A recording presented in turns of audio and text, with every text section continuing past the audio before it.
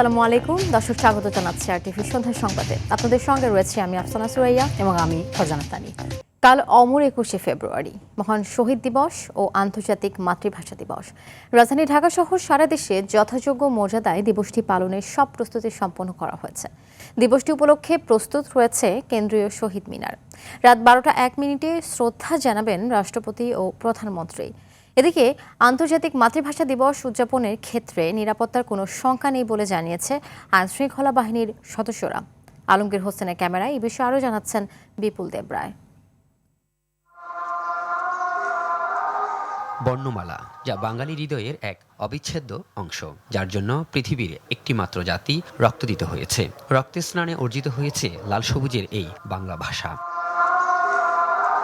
তাই তো 52-এর বীর শহীদদের শ্রদ্ধা ভরে স্মরণ করতে কেন্দ্রীয় শহীদ মিনারে চলছে নানা আয়োজন। অ আ ক খ এর নানা গ্রাফিতি ও নকশায় ছেয়ে গেছে সড়ক ও দেওয়াল। শহীদ মিনারের বেদি ও প্রাঙ্গণে পড়েছে রঙের শেষ তুলির আঁচড়।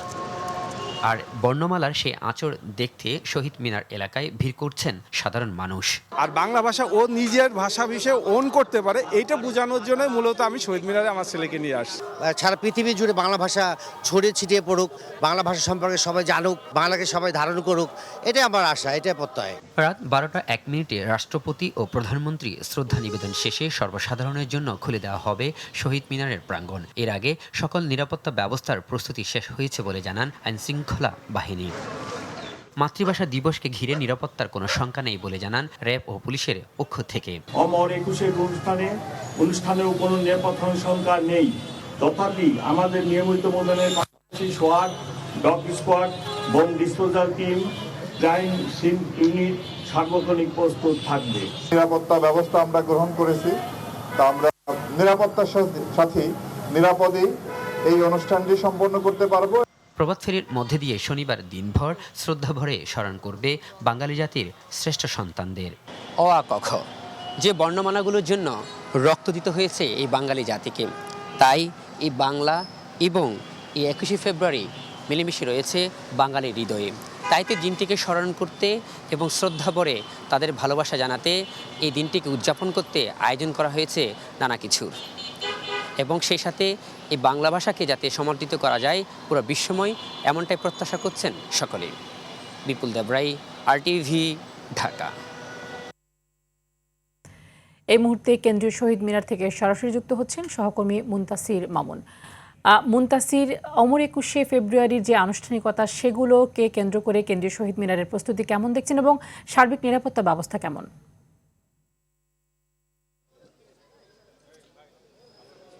ফারজানা, যেমনটি আপনি বলছিলেন যে আসলে এই মুহূর্তে কিন্তু সর্বশেষ যে প্রস্তুতি, অর্থাৎ ঘড়িতে রাত 1টা বাজার সঙ্গে সঙ্গে রাত 12টা 1 মিনিটেই কিন্তু মহামান্য রাষ্ট্রপতি তিনি কিন্তু পুষ্পস্তবক অর্পণ করবেন শহীদদের প্রতি এই শহীদ মিনারে।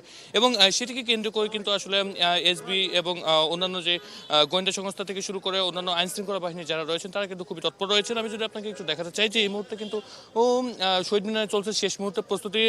এবং যদি বলি যে শহীদ মিনারে যেই কাজগুলো বাকি ছিল, সেই কাজগুলো কিন্তু এখন যথাসম্ভব যত দ্রুততার সাথে শেষ করা যায় সেটি কিন্তু আসলে করছেন সিটি কর্পোরেশনের যারা পরিচ্ছন্ন কর্মী তারা রয়েছেন। এবং সার্বিক নিরাপত্তা কিন্তু নিশ্চিতের জন্য রয়েছে পিজিআর, রয়েছে এসএসএফ এবং পাশাপাশি রয়েছে বিভিন্ন গোয়েন্দা সংস্থা।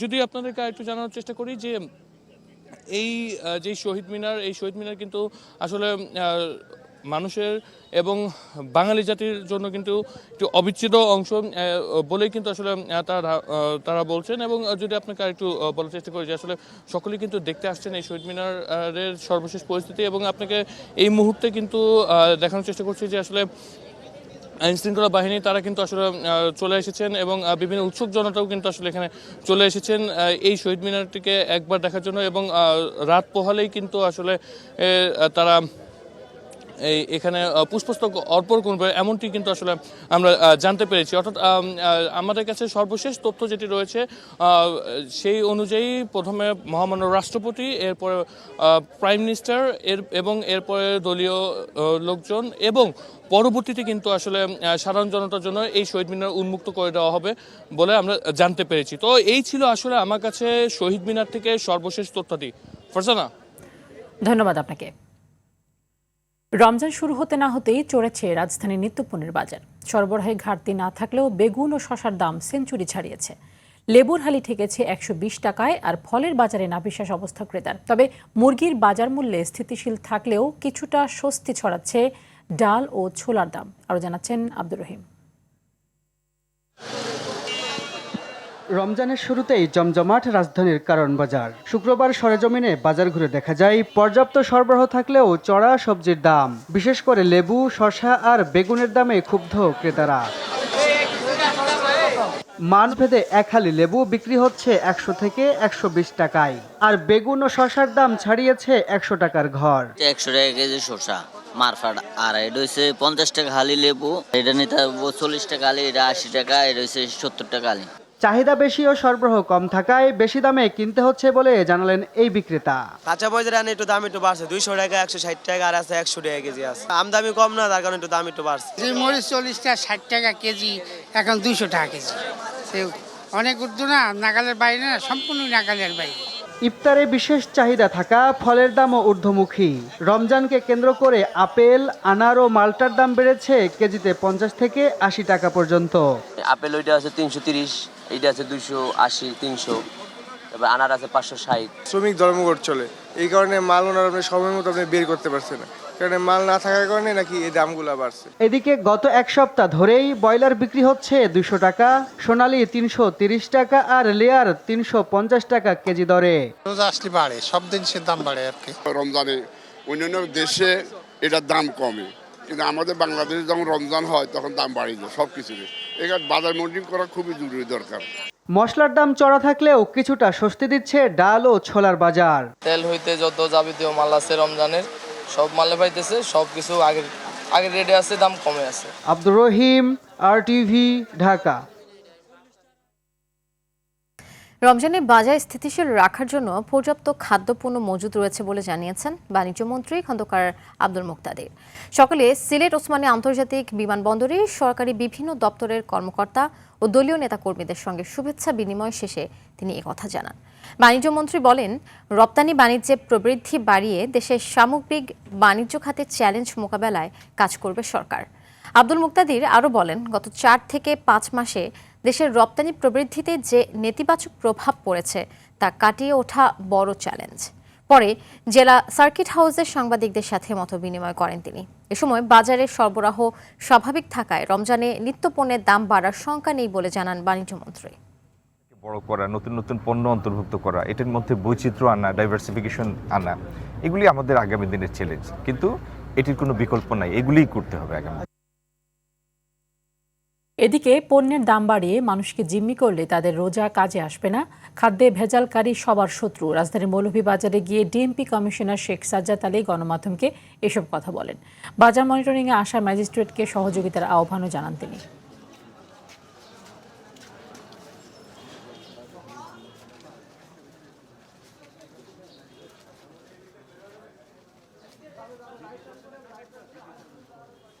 যিনি খাদ্যে ভেজাল দেন তিনি আমাদের শত্রু, সমাজের শত্রু এবং সকলের শত্রু। যিনি রমজান উপলক্ষে ৫০ টাকা হালির লেবু উনি এখন ১৬০ টাকায় বেশি মুনাফা করতে চান, উনি রোজা রাখলেও ওনার রোজা কাজে আসবে না। আগামীতে ম্যাজিস্ট্রেট সাহেব আসলে আপনারা তাকে সাহায্য করবেন। রমজান উপলক্ষে মধ্যপ্রাচ্য সহ অন্যান্য দেশে দ্রব্যমূল্যে রীতিমতো প্রতিযোগিতা করে ছাড় দেয়া হলেও উল্টো চিত্র বাংলাদেশে। রোজার চাহিদাকে পুঁজি করে দেশের বাজারে হুহু করে বাড়ছে ফল, খেজুর ও পেঁয়াজ, লেবু সহ ইফতার সামগ্রীর দাম। তবে ক্ষুব্ধ ভোক্তারা বলছেন, ব্যবসায়ীদের নৈতিক অবক্ষয়ের কারণেই হচ্ছে এমনটি, আর এর থেকে পরিত্রাণের জন্য দরকার প্রশাসনের কঠোরতা। সর্দার রাজীবের রিপোর্টে থাকছে এরই বিস্তারিত। রমজানে বাজার স্থিতিশীল রাখতে তেল, চিনি সহ কয়েকটি পণ্য বিক্রি করছে সরকার। বাজারের চেয়ে কিছুটা কম দামে পেতে কাঠফাটা রোদেই অপেক্ষা করছেন নিম্ন আয়ের মানুষ। টিসিবির দেয়া ৬০ টাকার ছোলা বাজারে বিক্রি হচ্ছে ৮০ টাকা কেজি, আর ১১৫ টাকার সয়াবিন ১৯০ টাকা লিটারে। পেঁয়াজের কেজি ৬০ টাকা ও লেবুর হালি পৌঁছেছে সেঞ্চুরিতে। বৃষ্টি নাই, তাই জন্য লেবুর দামটা একটু বাড়তি। মৌসুমী সিজন শেষ পর্যায়ে, আর ভেন্ডি ফুলের প্রথম সিজন। এই জন্য দাম বাড়বে। চাহিদাকে পুঁজি করে ভোজ্য তেল সহ আরও কিছু পণ্যে কৃত্রিম সংকটের আশঙ্কায় দোকানিরা। এমন বাজার ব্যবস্থায় ক্ষুব্ধ সাধারণ ক্রেতারাও। আমার সাথে সোয়াবিন দেশে ভোক্তারা তো এগুলা বোঝে না, আসলে ভোক্তারা এগুলাতে একটা প্রতারণা হইতেছে। আমার সাথে কিছু দোকানদার আছে। রমজান আসলেই নিত্য পণ্যের জিনিস দাম বেড়ে যাচ্ছে। অন্য দেশে অনেক কমে যায়, আমাদের দেশে পণ্যের দাম বেড়ে যায়। রোজাকে কেন্দ্র করে দেশের বাজারে যখন অস্থিরতা, তখন ভিন্ন চিত্র সৌদি আরব সহ মুসলিম প্রধান দেশগুলোতে। সেখানে রমজানের পণ্যে চলছে 50% পর্যন্ত ছাড়। প্রত্যেক বছর রমজান মাস আসলেই তারা দ্রব্যমূল্যের দাম নিয়ন্ত্রণ করে নিয়ে আসে। সৌদি আরবে সমস্ত গ্রোসারি রমজান মাস আসলে কিভাবে সার্ভিস দিতে পারে মুসলমানদেরকে, আর আমাদের দেশে সেটা সম্পূর্ণরূপে উল্টা। বাংলাদেশি ব্যবসায়ীদের এমন মানসিকতাকে নৈতিকতার অভাব হিসেবেই দেখছেন ভোক্তা প্রতিনিধিরা। পাশাপাশি এর জন্য দায়ী দুর্বল প্রশাসনিক ব্যবস্থাও। সরবরাহ কিন্তু পর্যাপ্ত, তাহলে আমার কথা হচ্ছে এই উদ্বৃত্ত এবং বাজারে পর্যাপ্ত যোগান থাকা সত্ত্বেও মূল্য বৃদ্ধি পাচ্ছে কেন? কারণ হচ্ছে আমাদের বাজার আমরা নিয়ন্ত্রণে রাখতে পারি নাই। খেজুরের ডিউটিটা যদি রমজানের 15 দিন আগে যদি কমানো হয়, এটার কিন্তু ইম্প্যাক্ট পড়বে না। এই ডিউটিটা অন্তত 2 থেকে 2.5 মাস আগে কমাতে হবে। তবে বাজার নিয়ন্ত্রণে অভিযানের কথা জানিয়ে ভোক্তা অধিদপ্তরের কর্মকর্তারা বলছেন, রমজান উপলক্ষে বাড়ানো হয়েছে বিশেষ মনিটরিং টিম। আমার টাকা আছে বলে যাতে আমি অতিরিক্ত কেনাকাটা না করি, টাকা পয়সার আমার মতো এত সংস্থান নেই, তারাও যাতে বাজার থেকে কিনতে পারে, আমি যাতে একাই সব কেনাকাটা করে না ফেলি, এই দিকটাও আমাদের খেয়াল রাখতে হয়। নিত্যপণ্যের বাজার নিয়ন্ত্রণে এখন থেকেই সরকারকে কঠোর হওয়ার আহ্বান ভোক্তা সাধারণের। কেনাবেচার এই যে মহা ব্যস্ততা দেখছেন, এটি রাজধানীর বৃহৎ নিত্যপণ্যের হাট মৌলভীবাজার। এখানকার প্রায় শতভাগ ব্যবসায়ী মুসলিম। বাজারটির নামের সাথেও রয়েছে ধর্মীয় ঐতিহ্য। তারপরও রমজান উপলক্ষে এখানেও বেড়েছে ফলমূল সহ অধিকাংশ পণ্যের দাম। সংশ্লিষ্টরা বলছেন, ব্যবসায়ীদের নৈতিক অবক্ষয়ের কারণেই ঘটছে এমনটি। পাশাপাশি প্রশাসনের জবাবদিহিনতায় রয়েছে ব্যাপক ঘাটতি। সর্দার রাজীব, RTV, ঢাকা। দেশ থেকে পাচার করা অর্থ ফেরত আনার চেষ্টা করবে সরকার, এমনটি জানিয়েছেন অর্থমন্ত্রী আমির খসরু মাহমুদ চৌধুরী। মন্ত্রীর দায়িত্ব পেয়ে সকালে প্রথমবারের মতো নিজ জেলা চট্টগ্রামে এসে সাংবাদিকদের কথা বলেন তিনি। এ সময় তিনি আরও বলেন, মেগা প্রকল্পের ঋণ পরিশোধ সরকারের জন্য অনেক চাপ হবে। এ সময় প্রশাসনের কর্মকর্তারা তাকে শুভেচ্ছা জানান। পরে নগরের কদমতলী মাদারবাড়ি জামে মসজিদে জুমার নামাজ আদায় করেন মন্ত্রী। নগরের মেহেদীবাগে নিজ বাসভবনে দলীয় নেতাকর্মীদের সঙ্গে সাক্ষাৎ ও কুশল বিনিময় করবেন অর্থমন্ত্রী।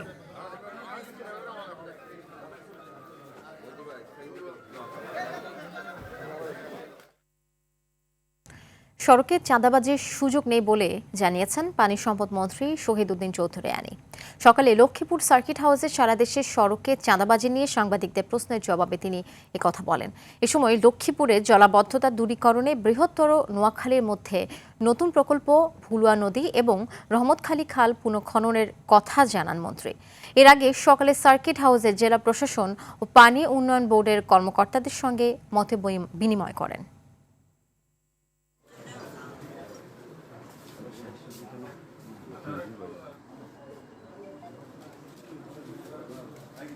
এটার কোনো সুযোগ নাই, আর লক্ষ্মীপুরতে নাই। জলাবদ্ধতা দূরীকরণের জন্য আমরা ইতিমধ্যে সবচেয়ে বেশি যেটা প্রায়োরিটি দিব, গ্রেটার নোয়াখালীর মধ্যে একটা নতুন প্রকল্প, সেটা হলো বুলুয়া নদী খনন এবং রহমতখালী খাল পুনঃখনন। নকলের মতো মাদক, সন্ত্রাস ও ইফটিজিং মুক্ত শিক্ষাঙ্গন করার ঘোষণা দিয়েছেন শিক্ষামন্ত্রী আনম এহসানুল হক মিলন। দুপুরে চাঁদপুরের কচুয়া উপজেলায় পরিষদের মিলনায়তনে কর্মকর্তাদের সাথে মতবিনিময় সভায় সাংবাদিকদের প্রশ্নের জবাবে কথা বলেন তিনি। এ সময় প্রধানমন্ত্রী তারেক রহমানের নেতৃত্বে দুর্নীতি মুক্তির যাত্রা শুরুর কথাও জানান মন্ত্রী। এর আগে শিক্ষামন্ত্রীকে গার্ড অব অনার ও ফুলেল শুভেচ্ছা জানান জেলা প্রশাসক ও পুলিশ সুপার সহ প্রশাসনিক কর্মকর্তারা।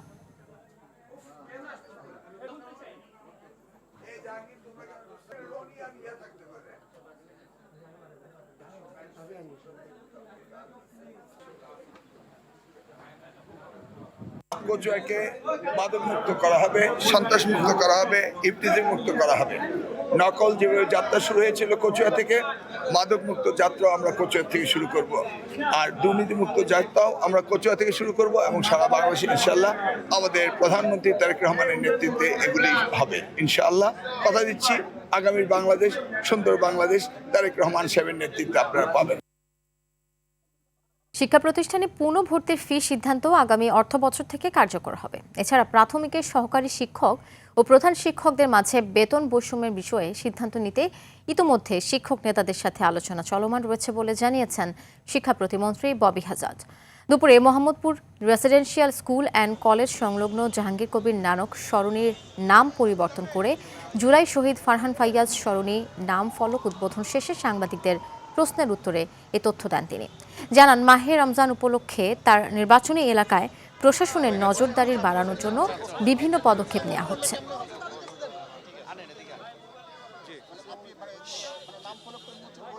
বাতিল করছে, এটা কিন্তু বাতিল হচ্ছে আগামী অর্থ বছরে মানে আগামী অ্যাডমিশন ইয়ারে তো সেটা আমরা ইতিমধ্যে করে দিয়েছি বা করার প্রসেসটা শুরু করে দিয়েছি। শিক্ষকরা তাদের এই কনসার্নগুলো শক্তভাবে তুলে ধরেন, আমরা তাদেরকে সময় দিয়েছি। এই কামিং উইক, আগামী সপ্তাহে তাদের সাথে আবার বৃহত্তরভাবে বসবো, তাদের নেতৃত্বে যারা আছেন তাদের সাথে বসবো, আরও বৃহত্তরভাবে আলোচনা করে আমরা এমন একটা জায়গায় আসতে চেষ্টা করব যেখানে একটা লং টার্ম পলিসিগত সিদ্ধান্ত যেটা সলিউশন হতে পারে। বাংলাদেশের নবনির্বাচিত প্রধানমন্ত্রী তারেক রহমানকে টেলিফোন করে শুভেচ্ছা জানিয়েছেন মালয়েশিয়ার প্রধানমন্ত্রী দাতুক সেরি আনোয়ার ইব্রাহিম। শুক্রবার বিকেল ৩টায় তারেক রহমানকে ফোন করেন মালয়েশিয়ার প্রধানমন্ত্রী। টেলিফোনে আলাপকালে বাংলাদেশের সঙ্গে বিভিন্ন দ্বিপাক্ষিক বিষয়ে একসঙ্গে কাজ করবে বলে জানান দেশটির প্রধানমন্ত্রী। এ সময় বাংলাদেশের প্রধানমন্ত্রী তারেক রহমান মালয়েশিয়ার প্রধানমন্ত্রী দাতুক সেরি আনোয়ার ইব্রাহিমকে ধন্যবাদ জানান এবং দেশের উন্নয়ন ও সমৃদ্ধির জন্য একসঙ্গে এগিয়ে যাবার বিষয়ে প্রত্যয় ব্যক্ত করেন।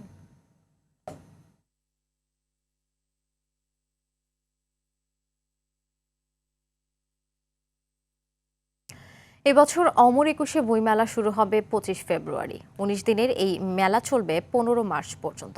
বরাবরের মতো স্টল বরাদ্দ, অবকাঠামো নির্মাণ ও সার্বিক ব্যবস্থাপনায় কাজ করছে বাংলা একাডেমি। এদিকে মেলা ঘিরে সোহরাওয়ার্দী উদ্যান জুড়ে চলছে শেষ মুহূর্তের প্রস্তুতি। হাতুড়ি পেরেকের ঠুকঠাক শব্দে মুখর চারপাশ। বিভিন্ন প্রকাশনা প্রতিষ্ঠানের স্টল নির্মাণে ব্যস্ত সময় পার করছেন শ্রমিকরা। দেখুন হাসান মাহমুদের রিপোর্ট। বাঙালির প্রাণের উৎসব অমর একুশে বইমেলা 25 ফেব্রুয়ারি থেকে 15 মার্চ প্রতিদিন দুপুর 2টা থেকে রাত 9টা পর্যন্ত চলবে এবারের বইমেলা। তাই শেষ সময়ে স্টল তৈরিতে হাতুড়ি পেরেকের ঠুকঠাক শব্দে ব্যস্ত সময় পার করছেন কারিগররা।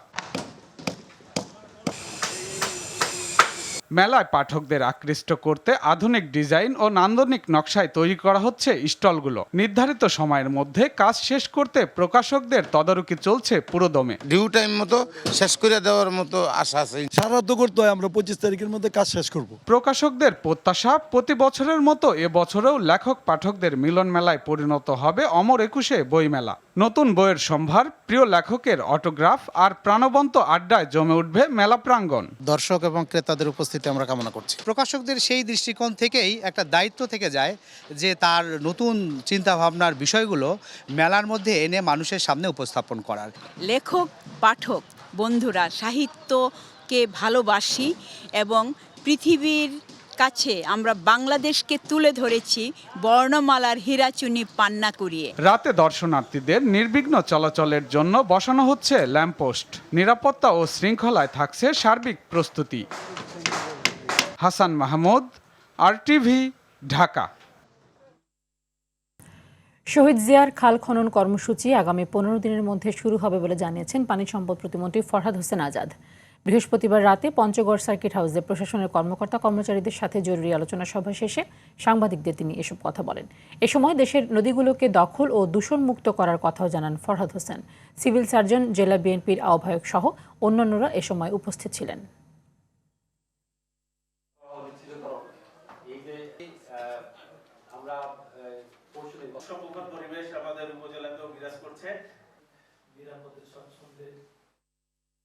গাইবান্ধার সাদুল্লাপুর উপজেলার মজাহিপুর গ্রামে ভোরে ছিনতাইকারী সন্দেহে গণপিটুনিতে 2 জন নিহত হয়েছেন। বগুড়ার নন্দীগ্রামে গত রাতে তারাবিহ পড়তে এসে ছুরিকাঘাতে এক কিশোর খুন হয়েছে। যশোরের শার্শায় গত রাতে তারাবির নামাজ শেষে বাড়ি ফেরার পথে এক পল্লী চিকিৎসককে কুপিয়ে হত্যা করেছে দুর্বৃত্তরা। বরিশালের মেহেদীগঞ্জে জমি সংক্রান্ত বিরোধের জেরে এক কৃষককে হাতুড়ি দিয়ে পিটিয়ে আহত করেছে দুর্বৃত্তরা। চিকিৎসাধীন অবস্থায় তিনি মারা যান।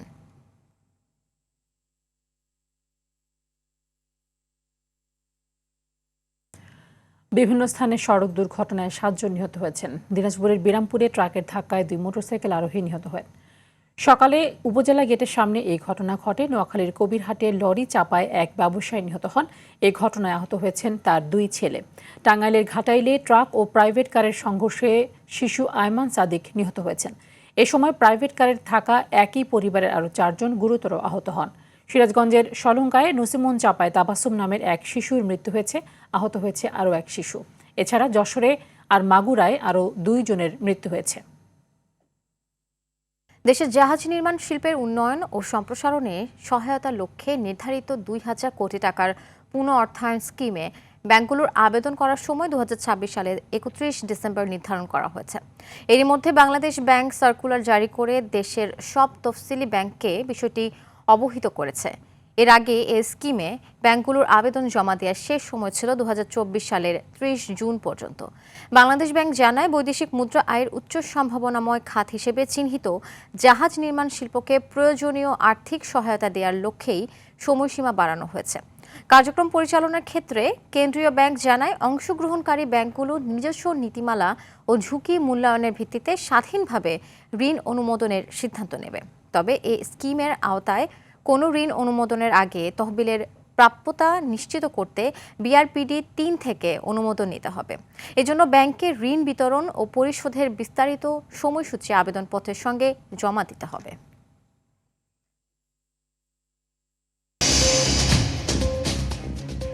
দর্শক, সন্ধ্যার সংবাদ এ পর্যন্তই। রাতের সংবাদ 11:15 দেখার আমন্ত্রণ রইল। ধন্যবাদ সবাইকে। ধন্যবাদ।